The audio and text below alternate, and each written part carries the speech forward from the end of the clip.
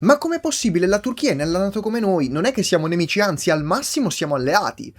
Sì, proprio come quando l'Italia firmò il patto d'acciaio con la Germania, però aspettò 8 mesi prima di entrare in guerra, o ancora meglio quando l'Italia faceva parte della Triplice Alleanza insieme agli imperi centrali, solo che da quando l'Italia ha firmato fino allo scoppio della Grande Guerra le carte in tavola erano cambiate e all'Italia semplicemente non conveniva più.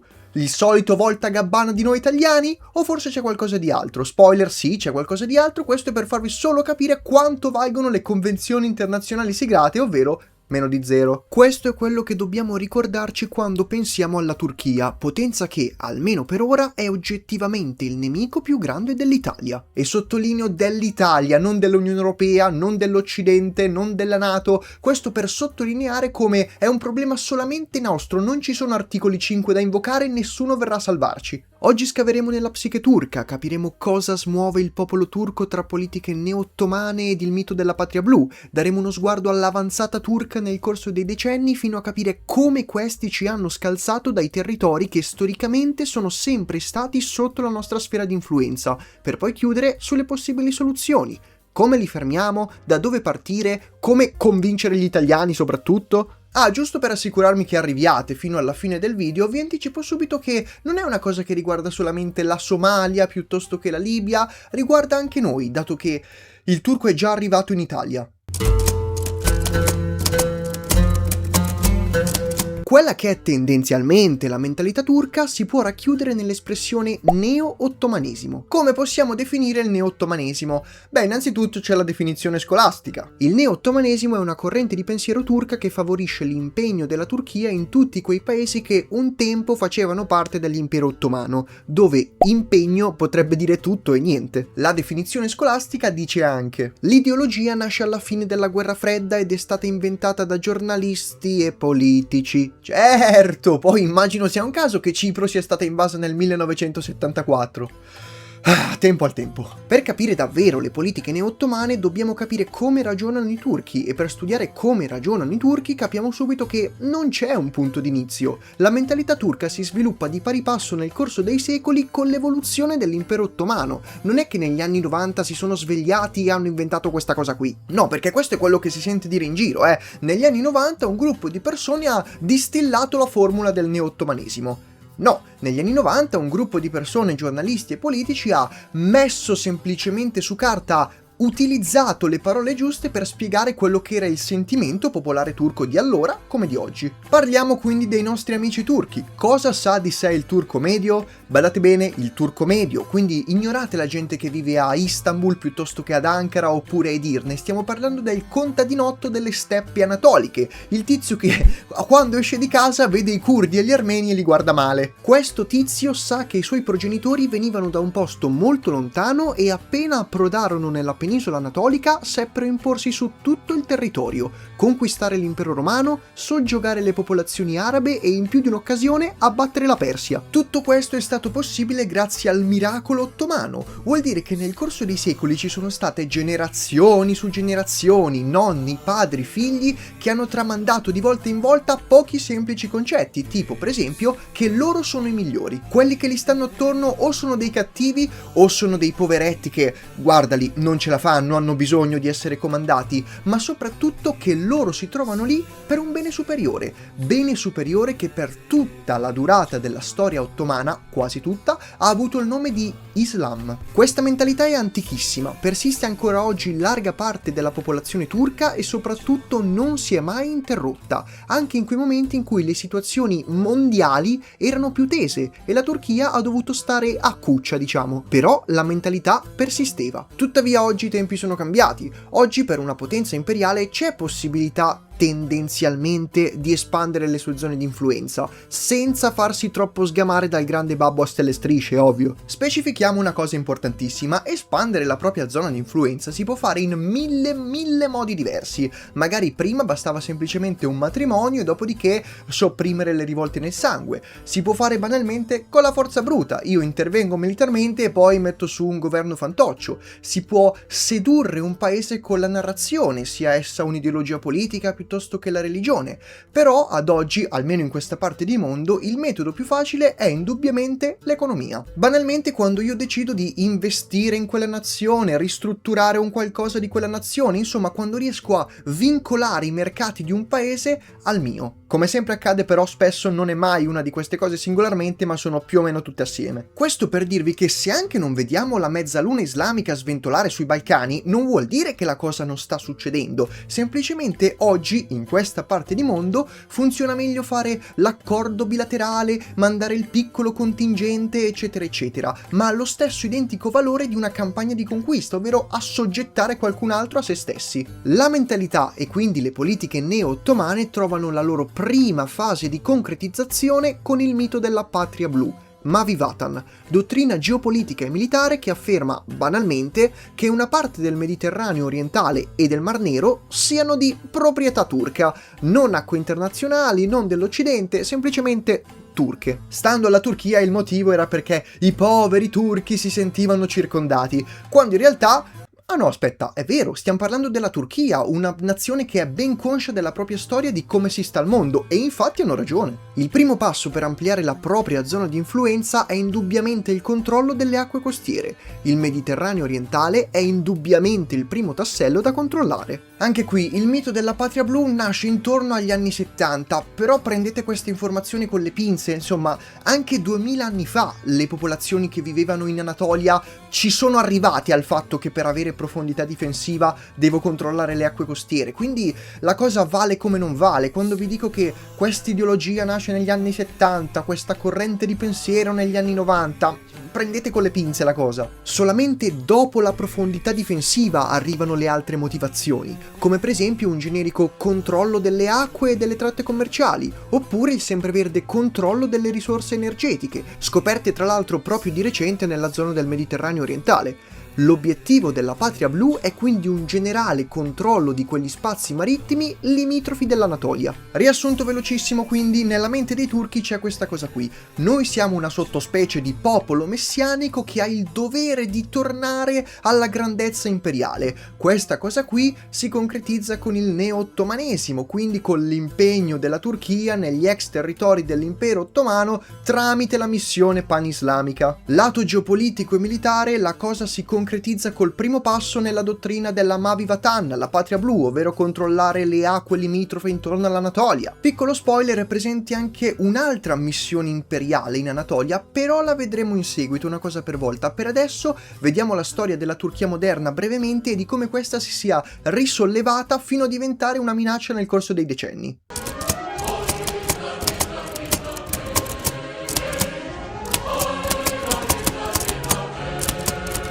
Quindi la Turchia oggi è per noi una minaccia. Quando inizia ad essere una minaccia? Dobbiamo tornare indietro fino alla caduta dell'impero ottomano. Nei primi anni del Novecento, passando poi per la guerra di Libia e la prima guerra mondiale, l'impero ottomano è a pezzi. Quell'impero composto da una popolazione aliena in un territorio medio orientale che era riuscita a legittimarsi e comandare sul territorio facendosi carico dapprima della missione romana e poi di quella islamica, sta crollando. Sono gli anni della rivolta dei giovani turchi. Al termine della Grande Guerra, la Turchia si impegna in un percorso complicatissimo e autodistruttivo: costruire la nazione turca.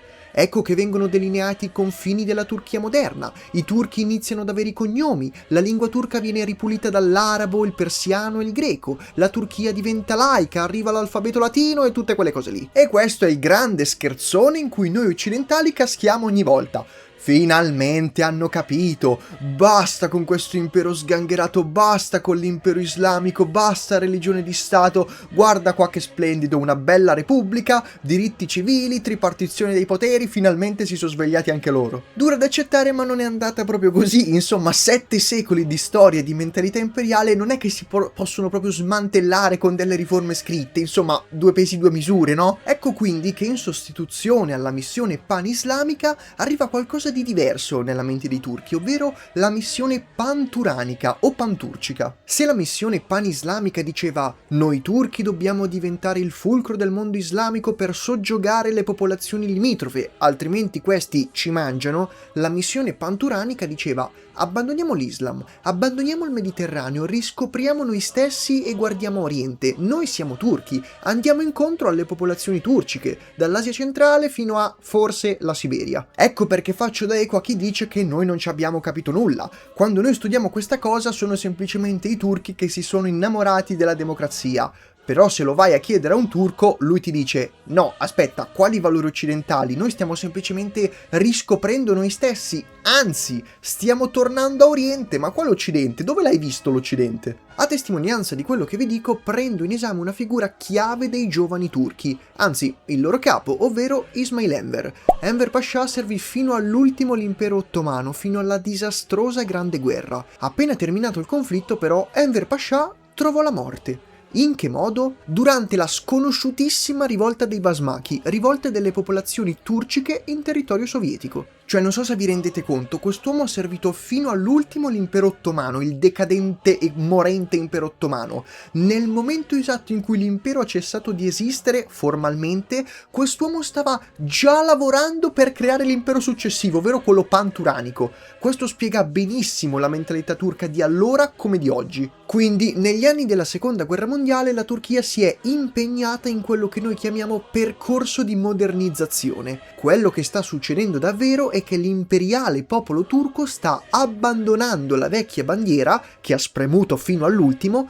per abbracciare quella nuova. Non senza difficoltà interne, per esempio nei confini della nuova Turchia dimoravano comunque le minoranze curde. Se prima dicevi siamo tutti musulmani, riesci a tenerli buoni. Se adesso dici siamo tutti turchi, questi giustamente se ne vogliono andare, dato che non lo sono. Bene o male, però, la Turchia si stabilizza e finalmente è pronta a rivolgersi a Oriente. Ci siamo quindi, pronti a partire. 3, 2, 1... Guerra fredda. Il mondo diviso in due blocchi, senza spazi per terze parti. Il mondo viene congelato, la guerra tra l'impero statunitense e l'impero russo si combatte qua e là per il mondo a episodi separati. In questa situazione mondiale, quindi, anche una potenza imperiale come la Turchia, che ha voglia di fare, voglia di agire, è costretta a fermarsi perché banalmente non può competere con le due potenze in campo. Inizia quindi una fase di congelamento e di pausa per la Turchia. Per prima cosa bisogna entrare nella NATO. Come mai entrare nella NATO e non nel patto di Varsavia? Per un fervente sentimento anticomunista? Per un riscoperto valore dei valori occidentali? No, semplicemente se devi sceglierti un padrone, scegli sempre quello più lontano, regola principale. Considerando che questi avevano i sovietici sopra la casa, la scelta è stata molto facile. Gli anni della guerra fredda, specie gli anni 50 e gli anni 60, sono stati una vera sfida per la Turchia, perché è un paese che ha combattuto fino all'ultimo per non scivolare nel post-storicismo. Condizione che abbiamo affrontato in questo video che ti lascio in descrizione. Vuol dire che la Turchia con le unghie e con i denti si è sforzata di tenere a mente che i turchi sono i migliori al mondo, hanno una missione da compiere, ovvero quella di tornare a Oriente. Ricordiamo il glorioso passato ottomano e non lasciamoci sedurre da tutti i loro soldi, i loro McDonald's e i loro missili. Dall'altra parte, però, mai fare un passo più lungo della gamba. Teniamoci pronti a espanderci e a fare la guerra al mondo intero. Ma non facciamolo davvero, non possiamo competere con un'invasione sovietica, non possiamo tirare troppo la corda con gli americani, dobbiamo agire in maniera furbissima se proprio vogliamo fare qualcosa. L'occasione buona arriva nel 1974. Nel 1974 gli Stati Uniti sono prossimi a ritirarsi dal Vietnam. Quella guerra, che ha avuto una durata di 20 anni, si è rivelata la più grande sconfitta militare del colosso a stelle e strisce. 20 anni di risorse, uomini e mezzi praticamente buttati al vento. Non solo gli Stati Uniti sono indeboliti, non solo il morale della nazione è basso, ma inizia anche l'insicurezza negli Stati Uniti. Forse abbiamo sbagliato qualcosa? È il momento esatto di colpire. Caso vuole che a Cipro la maggioranza greca degli abitanti sostenne il colpo di stato militare. I golpisti elleni di Cipro stavano concretizzando l'Enosis, l'unificazione di Cipro con la Grecia, idea sostenuta dalla giunta dei colonnelli elleni di Grecia, tra l'altro. La Turchia rispose militarmente al colpo di stato e alla ben più grave riunificazione.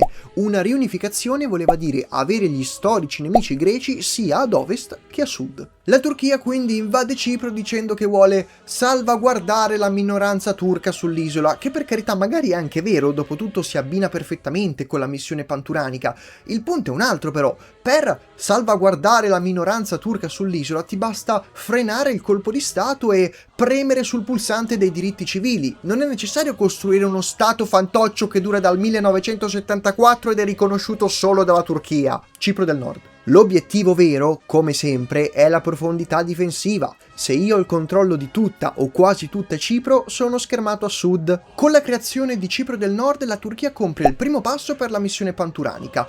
Torna su un vecchio territorio dell'impero ottomano, dà sfogo al suo sentimento imperiale e acquisisce profondità difensiva, la più importante. Una vittoria su tutti i fronti. Per il proseguo dell'espansionismo turco bisognerà aspettare la caduta del muro di Berlino, il crollo dello storico nemico russo e l'indebolimento del padrone americano. È tra gli anni 90 e gli anni 2000 che la Turchia finalmente tira fuori la testa e può riprendere da dove aveva interrotto. Piccolissimo problema però, la nostra storia si è interrotta con la Turchia che aveva abbandonato la missione ottomana e quindi la missione pan-islamica in favore di quella panturanica. Però sono passati decenni, ora i tempi sono cambiati, ora non è detto che la missione ottomana sia da buttare via e che quella panturanica sia necessariamente la scelta vincente. Il contesto internazionale è cambiato. Come sempre accade in questi casi però sono sempre solo le circostanze che dettano legge. Per circa un secolo, dai tempi di Solimano I il Magnifico fino al sultanato di Murad IV, il conquistatore di Baghdad, l'impero ottomano intraprese una campagna di sottomissione e difesa a fasi alterne con la Persia, coi Safavidi, altra dinastia turcica. Uno dei numerosi punti di contatto fra i due imperi è quello che oggi noi chiamiamo Azerbaijan. Gli azeri sono etnicamente turchi, ma a livello identitario sono sciiti, quindi neanche a dirlo si rifanno all'Iran. Cuore pulsante sia della missione imperiale panturanica che neo-ottomana, la Turchia oggi quando parla dell'Azerbaijan utilizza l'espressione una nazione, due stati, dichiarazione abbastanza esplicita sul futuro del piccolo paese del Caucaso secondo Ankara. Con la guerra del Nagorno-Karabakh del 2020, la Turchia si schiera apertamente a fianco dei suoi cugini etnici. Con il supporto militare e politico, i turchi riescono a vincolare a loro gli azeri, strappandoli allo storico dominio iraniano. Poi vabbè, il fatto che abitano più azeri in Iran che nello stesso Azerbaijan, questo è un altro paio di maniche. I nostri cari amici turchi, quindi, sono ironico, guadagnano un corridoio diretto al Mar Caucaso. Bene così. Quando il sultano Selim I sbaragliò l'impero mamelucco, gli ottomani entrarono nei territori dell'odierna Siria ed Egitto. Con questa vittoria non solo si attestarono la guida del mondo musulmano, ma ereditarono anche il Mar Rosso. Per controllare il Mar Rosso è necessario agire sullo stretto di Bab el-Mandeb.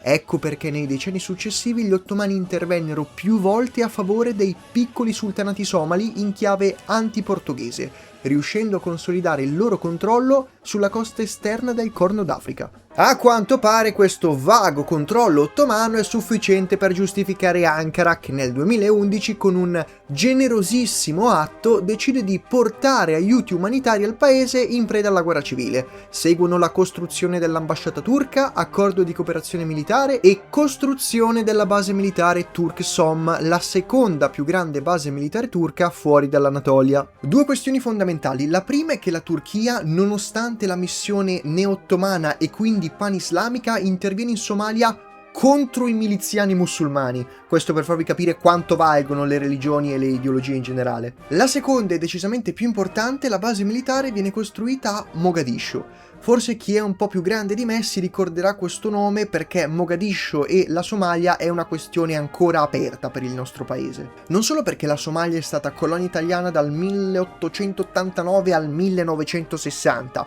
periodo di tempo che ha permesso non poco di assimilare e fondere la cultura somala a quella italiana, ma anche e soprattutto perché la prima volta che l'esercito italiano esce dalla fine della seconda guerra mondiale è stata proprio la Somalia. Fidatevi di me quando vi dico che le varie missioni Ibis 1, Ibis 2, Restoration Hope sono ancora un ricordo molto vivo nella memoria dell'esercito italiano e soprattutto dei paracadutisti, specialmente quando parli con quelle persone che magari non sono tornate tutte intere dalla Somalia. Ecco perché ci tengo a sottolinearvi quanto è importante questa cosa. Non sapete in quante caserme ho visto un sacco di piazzali intitolati Piazzale Mogadiscio.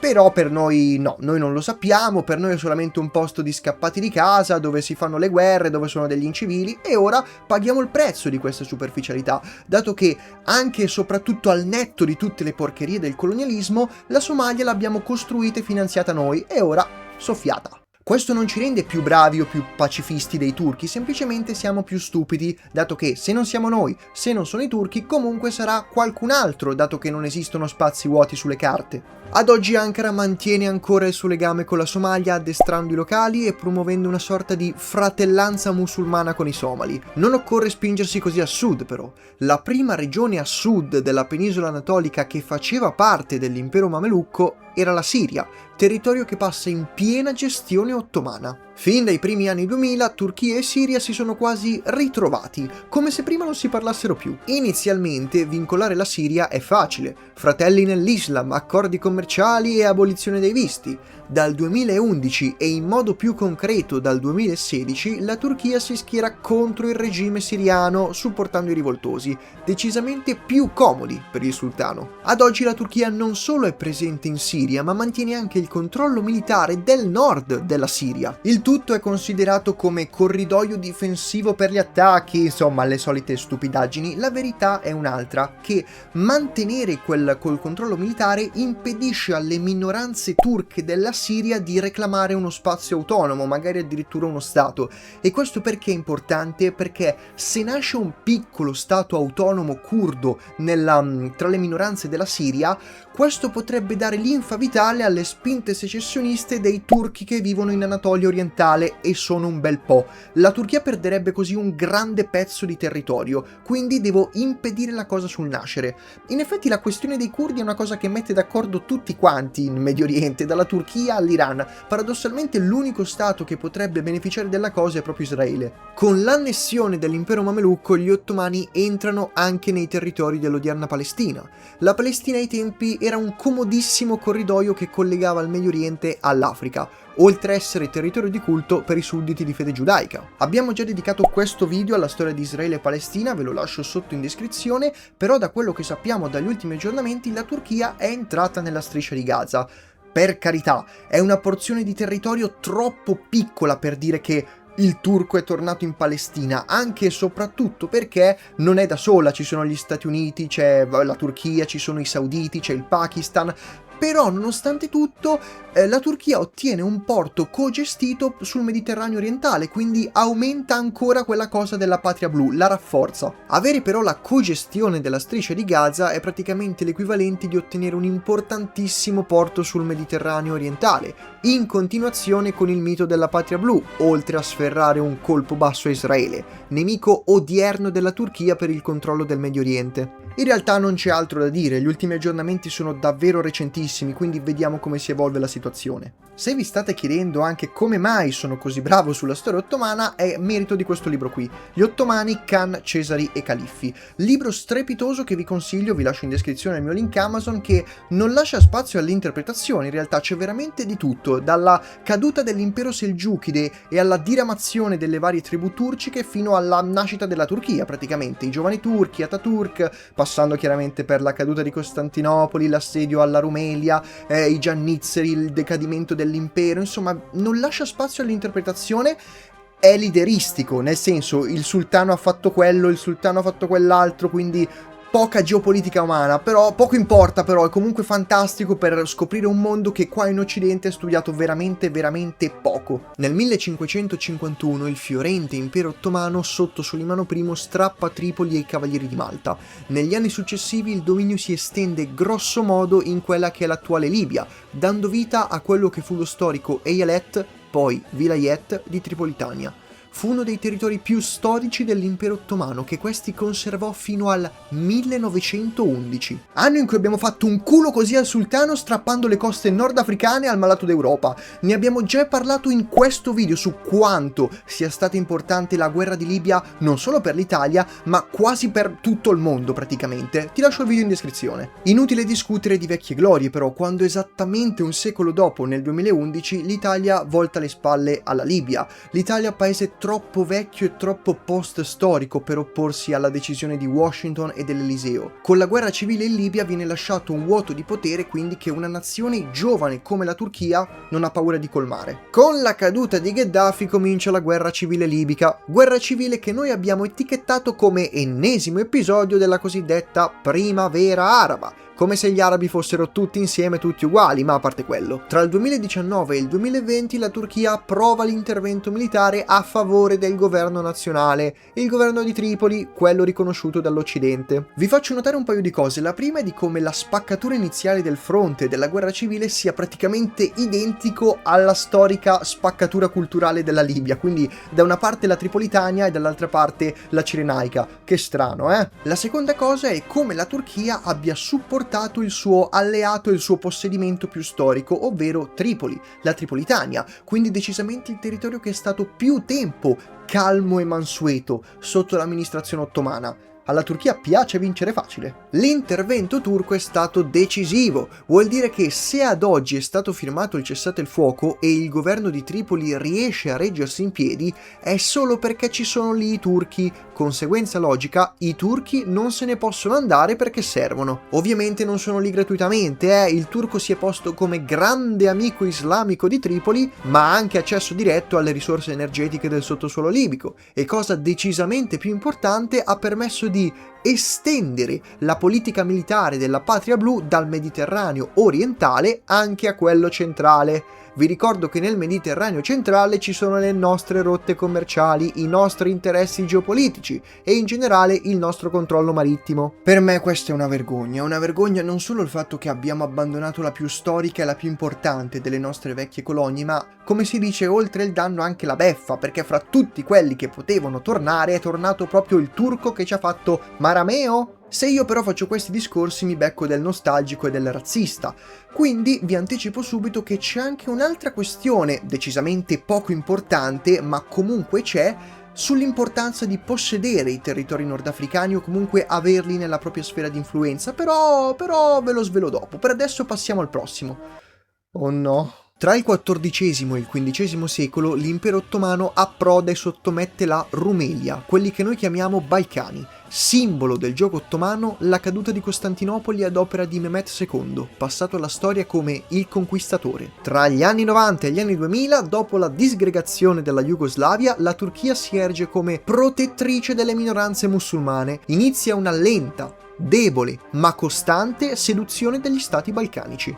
I risultati e il consolidamento del legame con l'antico passato ottomano li vediamo soprattutto adesso. Tolti per esempio la Serbia e il Montenegro, contesi nella sfera russa, la Bosnia per esempio vede molto bene Ankara, soprattutto grazie all'importante lavoro di ricostruzione e modernizzazione attuato dalla Turchia. Quest'ultima sostiene apertamente il Partito di Azione Democratica, partito in cui confluiscono tutti i fedeli musulmani, che strano. Lo stesso Erdogan chiama la Bosnia la seconda patria. Il Kosovo è uno stato a maggioranza musulmana, stato giovanissimo e subito riconosciuto dalla Turchia nel 2008. L'addestramento delle forze di sicurezza kosovare è in mano alla Turchia e in questi anni Ankara ha aiutato non poco economicamente questo piccolo stato da molti conteso. Passiamo alla Macedonia del Nord, dove la Turchia collabora con i servizi di informazione e protegge dichiaratamente la minoranza turca locale. Mantenere anche un tenue controllo sulla Macedonia è importante perché così si crea un corridoio di terra che arriva direttamente da Costantinopoli all'Adriatico, dato che la Turchia di recente ci ha inferto un colpo non da poco. l'Albania. Paese alieno agli stessi Balcani per motivi etnici, l'Albania è sempre stato un jolly nella Rumelia. Antico possedimento ottomano, poi passato alla zona di influenza italiana, il nostro controllo dell'Albania venne reso evidente negli anni del fascismo, ma in realtà le relazioni con l'Italia cominciarono all'indomani della dichiarazione di indipendenza dell'Albania, quando l'Italia ne riconobbe la validità. Anche dopo la seconda guerra mondiale continuarono i nostri rapporti con l'Albania. Negli anni 90 le massicce migrazioni albanesi erano quasi tutte verso lo Stivale. Come ricordò anche il ministro Rama in piena pandemia, quando la minuscola Albania riuscì nello sforzo immane di mandare 30 medici ad aiutarci,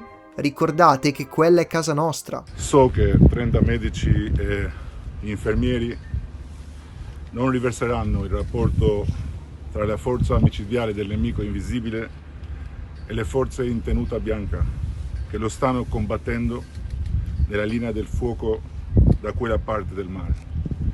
Ma so anche che anche laggiù è oramai casa nostra, da quando l'Italia e le nostre sorelle e i fratelli italiani ci hanno salvati, ospitati e adottati.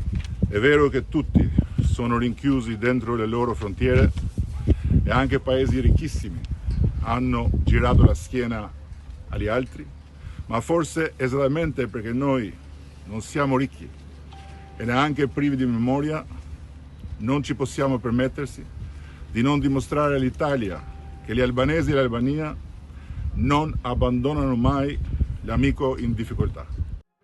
Però non bastano le strette di mano, perché se noi ci limitiamo solamente all'accordo bilaterale, al posto dove gestire i migranti, perché noi vediamo così l'Albania, dall'altra parte c'è la Turchia che finanzia non poco il paese, per esempio l'ha praticamente ricostruito dopo il terremoto del 2019. Nel 2022 la Turchia fece costruire la moschea di Tirana, la più grande di tutta l'Albania, ed inoltre, questo vale un po' per tutti gli stati balcanici, la cultura a livello popolare tra trasmissioni televisive e non è ritornata a essere quella ottomana, grazie a film, serie TV e affini che la Turchia ci tiene particolarmente a trasmettere in quei territori. E anche la perdita dell'Albania è una vergogna, ripeto, noi li consideriamo solamente come degli scappati di casa che vengono qua a rubare o come il posto dove gestire i migranti, e ora paghiamo la superficialità di questa cosa, perché l'Italia perde il suo avamposto, la sua testa di ponte oltre il tacco di Taranto, nonché il porto sui Balcani. Complimenti a noi, bravi. L'unico stretto, quello del tacco di Taranto, che comandava praticamente l'Italia, perso così, praticamente negli ultimi 3-4 anni, E vorrei ricordarvi che l'Albania è stato uno di quei rarissimi e pochissimi casi nella storia in cui una potenza coloniale è riuscita a lasciare un bellissimo ricordo al paese occupato, ovvero l'Albania. L'altro caso che mi viene in mente è il famoso Giappone con l'isola di Taiwan. Tutto inutile però, perso completamente, ma sì, ma tanto che ce ne importa, non abbiamo soldi, c'è la crisi, ma pensiamo solamente a noi, chi se ne frega degli albanesi, pensiamo a noi e basta.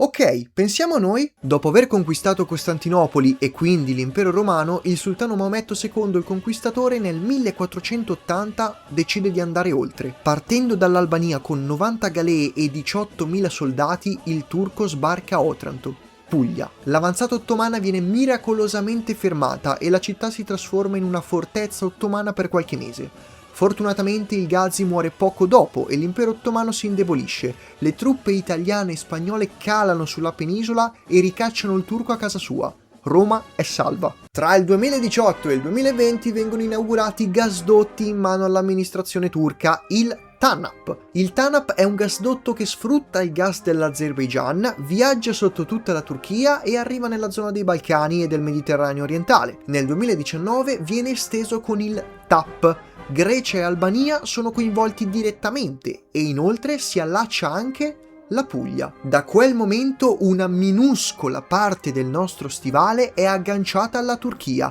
dipende anche da Ankara. Stesso percorso di mezzo millennio fa, si parte dall'Anatolia, si attraversano i Dardanelli fino ad arrivare all'Albania e si fa il piccolo salto per arrivare in Puglia. Stesso identico percorso ripercorso oggi semplicemente con il gas e con gli accordi bilaterali.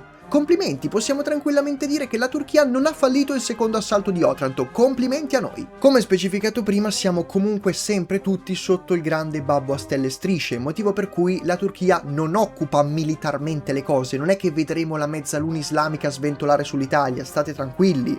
Il nostro egemone ha una narrazione di democrazia, libertà, libero mercato, capitalismo, eccetera eccetera. Bene, utilizziamo queste tecniche per espanderci, motivo per cui la Turchia fa gli accordi col gas, gli investimenti, investe in aziende nel settore privato all'estero, eccetera eccetera. Però l'obiettivo ultimo è lo stesso, identico. Diciamo così, quindi non è necessario vedere la bandiera nemica per essere assoggettati a un paese, come noi con gli Stati Uniti del resto. Oltre ai paesi citati si potrebbe parlare anche del Sudan e del resto dell'Africa equatoriale. Ci sarebbero da citare il Qatar e l'Etiopia, ma scelgo volutamente di non trattarli, ognuno per motivi diversi, dalla presenza turca troppo bassa fino al mancato interesse personale nostro. Spero che capiate quanto è grave e quanto è importante la situazione, però qui non siamo su Rete 4, non mi piace fare allarmismo puro e generico, motivo per cui vorrei proporvi anche delle soluzioni alternative, perché non è che il mondo sta finendo, non è che l'Italia è a pezzi e invasa, state tranquilli. Vi propongo questa serie di soluzioni a cui ho pensato io, dalle più facili alle più difficili, alcune più pratiche, alcune solo teoriche. Soluzione numero 1. Incrociare le braccia, non fare nulla e sperare che la Turchia si pronunci sempre di più verso il panturanesimo, cosa che sta già accadendo. Come accennato, la Turchia finisce sotto influenza americana nel momento esatto in cui sta abbandonando la vecchia missione imperiale a favore di quella nuova. Quando negli anni 2000 si risveglia, entrambe le missioni imperiali vanno bene. All'inizio la Turchia si è impegnata sulle politiche neo-ottomane, la cosa però è andata scemando quando sono iniziate le proteste verso Erdogan. I turchi oggi infatti sono in piazza a manifestare e si portano dietro i quadri del signor Mustafa Kemal Atatürk. Quando noi lo vediamo al TG la cosa è sempre quella, si sono stancati della dittatura, anzi della democratura di Erdogan, quando in realtà, se avete seguito il video, ormai l'avete capito che vogliono semplicemente abbracciare l'altra ideologia. I giovani sono più portati verso l'ideologia laica del panturanesimo. Nel 2009 Turchia e Kazakistan fondano il Consiglio di cooperazione dei paesi turcici, oggi Organizzazione degli Stati Turcici. La Turchia è indubbiamente il membro fondamentale, quello a cui ruota attorno tutto quanto. Gli altri paesi membri sono Azerbaijan, Kazakistan, Kirghizistan, Uzbekistan, con paesi come il Turkmenistan e l'Ungheria pronti a entrare. Per chi non dovesse saperlo, gli ungheresi, o meglio i magiari, sono arrivati qui anche loro col collasso dell'impero mongolo, fanno parte di quelle popolazioni etniche chiamate gruppo ugro-finnico. Ebbene sì, anche i finlandesi alla lontana fanno parte di questo gruppo etnico, quindi magari in futuro potremo vedere la Finlandia entrare. Da quasi 20 anni la Turchia fa il bello e il cattivo tempo nel Mediterraneo orientale e nei paesi citati prima. Può essere un brutto colpo da sapere, ma questo è il teatro secondario della Turchia. Il teatro primario è l'Asia centrale. Dal 2009 ad oggi, infatti, la Turchia ha creato una specie di piccola Unione Europea dei paesi turchi, con tanto di finanziamenti, infrastrutture, vicinanza culturale, linguistica, religiosa, addirittura ci sono obiettivi comuni. Per esempio un obiettivo antirusso, tutti quei paesi sono tutti ex colonie dell'Unione Sovietica e la Turchia, che ben conosce i russi e non corre proprio buon sangue, sta sfruttando la cosa in chiave antirussa. Ma non è finita, perché la Turchia ci fa il favore di regalarci anche una via della seta alternativa rispetto a quella della Cina. La Turchia conosce molto bene le regole del gioco, sa benissimo che se per 80 anni tu hai raccontato che il comunismo è brutto e cattivo, non è che ora dall'oggi al domani puoi dire sì, però i cinesi sono diversi e trattare con loro. Bisogna far digerire la cosa all'opinione pubblica. Quindi arriva la Turchia che, come un saggio che ci aiuta, ci dice: ma trafficate con noi, trafficate secondo queste strade. Ma non è finita, perché la Turchia è talmente brava che ci regala anche un modello di Islam alternativo. Avete visto? Noi siamo tutti musulmani qui, ma siamo tutti gente per bene in giacca e cravatta, noi nell'Asia centrale. Sono gli arabi il problema, l'avete visto? Quindi se anche noi interveniamo per sedare il Medio Oriente, è perché è un bene, capito? È un bene anche per voi. Quindi, per farla breve, la Turchia negli ultimi anni ci ha scalzato dai nostri vecchi territori con metà dell'impegno, perché il vero delle forze la Turchia la stava concentrando nell'Asia centrale. Wow, complimenti a noi! La seconda soluzione che vi offro è sempre quella di sperare le dita e incrociare. Sperare le dita e incrociare che arrivi. Qua stavo proprio fuso, avevo già registrato tanto. Torniamo a noi. Che arrivi un padrone alternativo, ovvero la Francia. La Francia è coinvolta nell'attentato del 2011 contro la Libia. La Francia oggi combatte in Libia in chiave antiturca per espandere la sua zona di influenza dall'Algeria e dalla Tunisia. La Francia mantiene, con molta più difficoltà, il suo retaggio culturale e quindi ben ricorda la sua presenza in Siria. Francia e Turchia sono in lotta oggi per il controllo del Mar Mediterraneo, la Turchia ovviamente partendo da Oriente e la Francia partendo da Occidente. Entrambi sotto il grande babbo a stelle e strisce, ricordiamolo sempre, e ovviamente noi siamo lì in mezzo che non sappiamo proprio quello che sta succedendo. Riconosco però che all'opinione pubblica potrebbe risultare più comodo una cosa del tipo siamo più o meno sotto i francesi rispetto sotto ai turchi, perché sono più vicini a noi culturalmente, quindi magari la cosa potrebbe essere più accettata. Oddio, io ben ricordo la dominazione francese, non ne sono assolutamente un nostalgico, però riconosco che potrebbe essere così. Basta però, passiamo alle soluzioni vere. La storia ce l'ha dimostrato, è imperativo per la nostra penisola avere uno schermo a sud e a est, Libia e Albania, c'è poco da fare. Quindi dobbiamo necessariamente intervenire a livello militare in Libia. Ovviamente ci sono già i nostri contingenti di esercito e carabinieri, però bisogna intervenire davvero, bisogna prendere posizione in chiave antiturca. Quindi o sosteniamo, accodandoci ai francesi, il regime di Haftar, però è un governo non riconosciuto e per un paese anziano e di vecchi dementi come il nostro potrebbe essere uno scomodarsi troppo, oppure sosteniamo Tripoli e facciamo innamorare i libici di Tripoli ancora di noi, scalzando la Turchia, cosa che abbiamo già fatto in passato e che possiamo rifare. Qualunque sia la decisione però dobbiamo schierare, come si deve, le nostre forze armate, dobbiamo schierarne tante e in modo costante nel tempo. A parer mio, se riuscissimo a risolvere la questione della guerra civile libica, allora le popolazioni libiche, sia quelle di Cirene sia quelle di Tripoli, potrebbero tornare a vederci ancora bene, magari dimenticando il Voltagabbana del 2011. Numero 2. L'Albania. Qui è un po' più facile perché è una battaglia solamente culturale, c'è poco di militare. Dobbiamo far ancora innamorare gli albanesi di noi. Dobbiamo fargli ricordare come mai, nonostante il passato coloniale, comunque ci vedevano bene.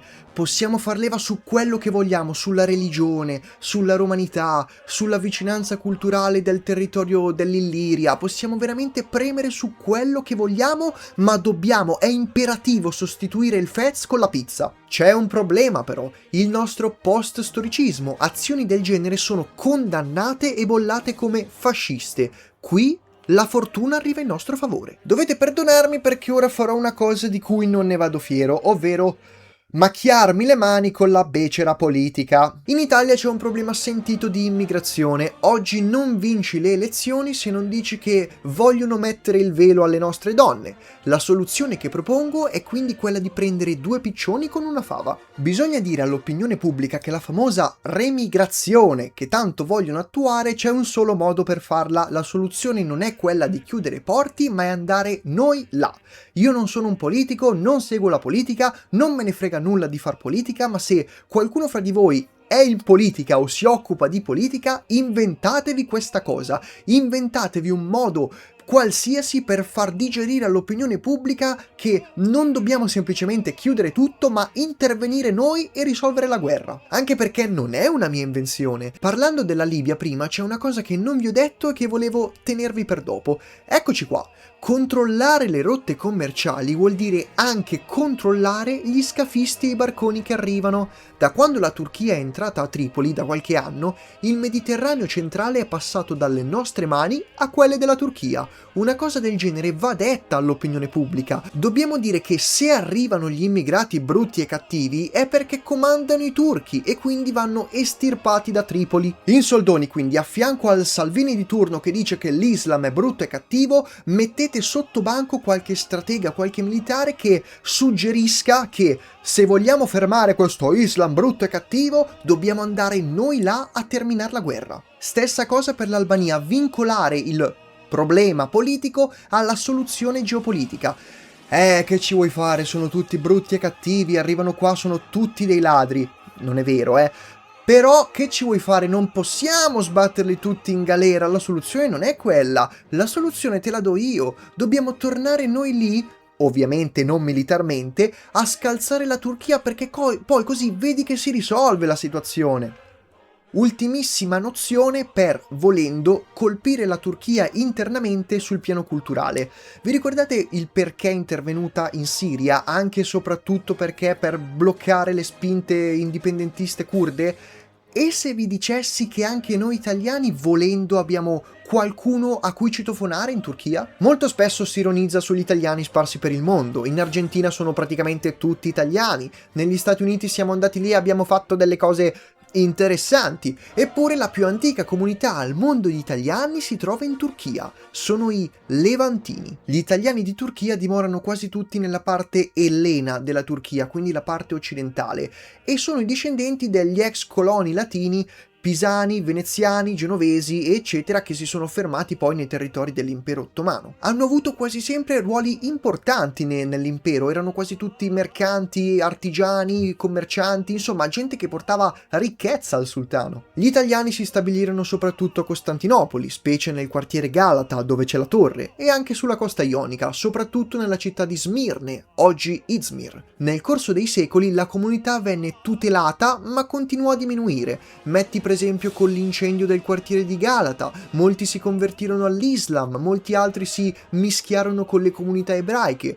Al giorno d'oggi si contano solamente poche centinaia di italiani di Turchia. Prima però abbiamo parlato di come l'Azerbaigian sia stato per decenni sotto la sfera di influenza sciita dell'Iran, nonostante la parentela etnica turca con la Turchia. Di conseguenza quindi bisognerebbe inventarsi una narrazione di questo tipo. Siamo tutti italiani, quindi bisognerebbe avere una narrazione di tipo etnico risorgimentale coi levantini. Se l'Italia avesse questo tipo di narrazione imperiale, io sono certo che quei pochi centinaia di levantini che dimorano in Turchia, come per magia diventerebbero magari qualche migliaia, perché come per magia qualcuno riscoprirebbe un passato italiano, guardate che strano. Però questo è veramente il livello massimo, sto già pensando al nostro paese come una potenza imperiale con una narrazione sua e una sua sfera di influenza, quindi purtroppo siamo ancora ben lontani, però è importante, come citavo già altre volte, fare il primo passo, ovvero riscoprire il nostro passato e non avere paura di quello che siamo, quello che cerchiamo di fare sempre qui su questo canale. Sono stanco, sono molto stanco, grazie per essere arrivato fino alla fine del video, vi ho lasciato molti video vecchi in descrizione, mi raccomando il libro che vi consiglio, Ottomani, Khan, Cesari e Califfi, veramente una lettura straordinaria per un'infarinatura sull'impero. Io vi ringrazio, lasciate un like, iscrivetevi al canale, che è tutto importantissimo e noi ci rivediamo nel prossimo video. Ciao ciao!